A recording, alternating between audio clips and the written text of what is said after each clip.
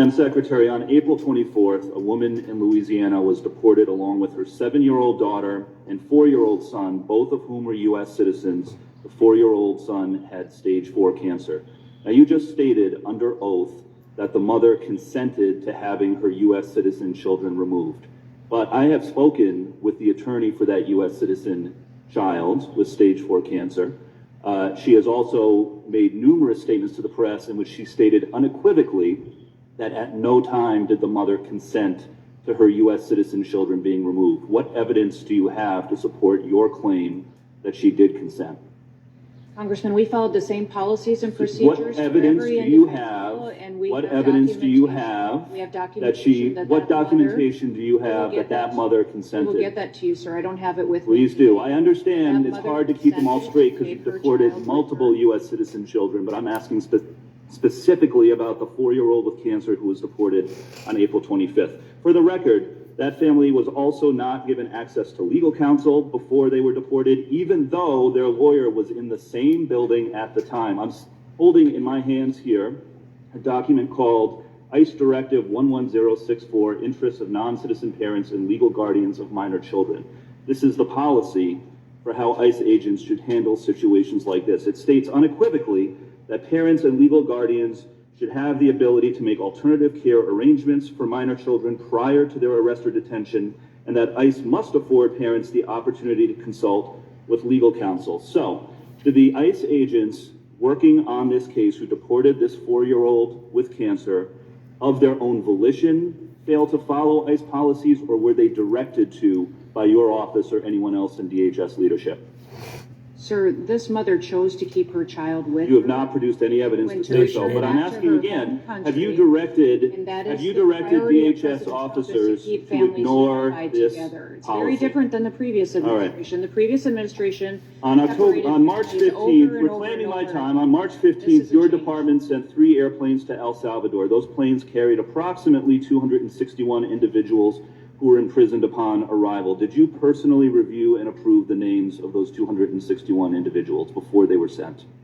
Sir, we have deported and sent home did you review the names of those individuals? And we have individuals that have why won't you answer the question? Within the Department of Are you aware of whether those 261 individuals were given the opportunity to speak with a lawyer or appear before a judge before they were put on those planes? Yes or no? Sir, every single individual followed the exact same process. They were not all given the opportunity to appear before a judge or speak with a lawyer. On April 7th, the Supreme Court ruled that detainees must have an opportunity to have a hearing before they are deported. Are you familiar with the April 7th Supreme Court ruling? I am. Can you assure us that in the future you will abide by that Supreme Court ruling to provide detainees with a hearing before they are deported? Following all judges' orders, yes, sir. I have a photograph here of Andre Hernandez Romero, a gay makeup artist from Venezuela. He fled Venezuela fearing gang violence because of his opposition to the Maduro dictatorship and his sexual orientation. He presented himself at a port of entry and requested asylum. His claim was found to be credible, and he was placed in detention to await a full hearing. But he never received a full hearing because you put him on one of those planes to El Salvador, where he still is today.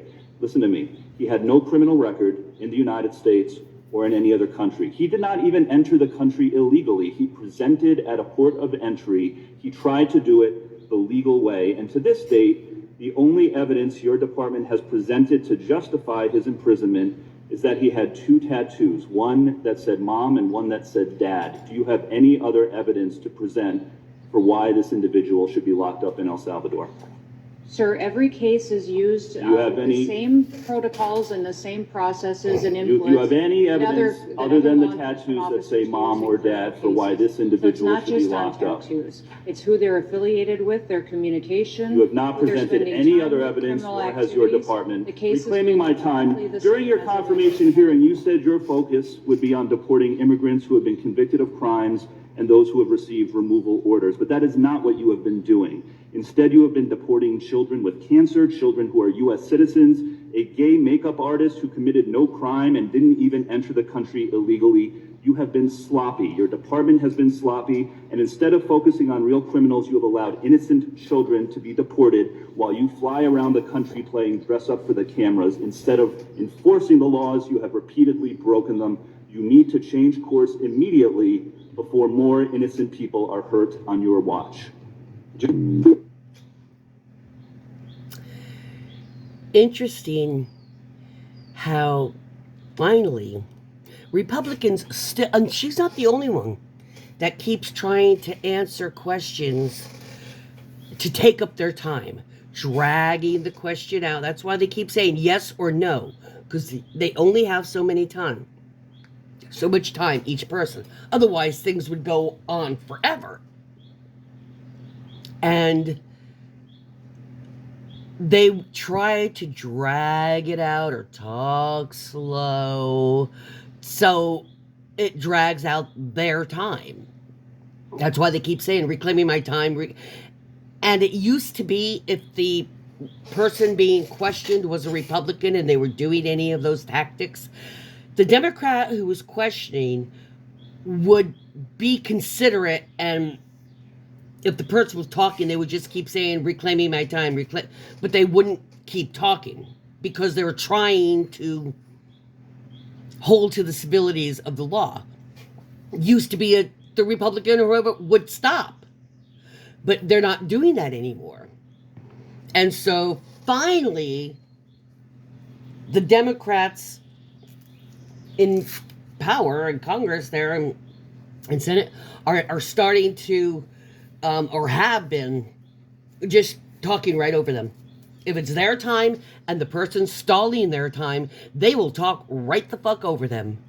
And the louder the voice you have, then the person that's trying to stall, the better it is, because you can drown them out. And you heard it. He kept talking, and she was stubborn for a while. Several times she kept talking, most of the time he was talking.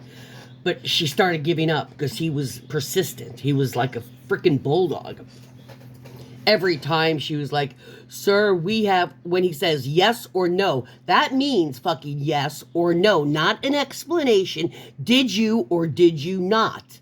Not, we are doing, is it yes or is it no? She won't answer because she doesn't want to be caught in a lie, a bold lie, a straight out lie.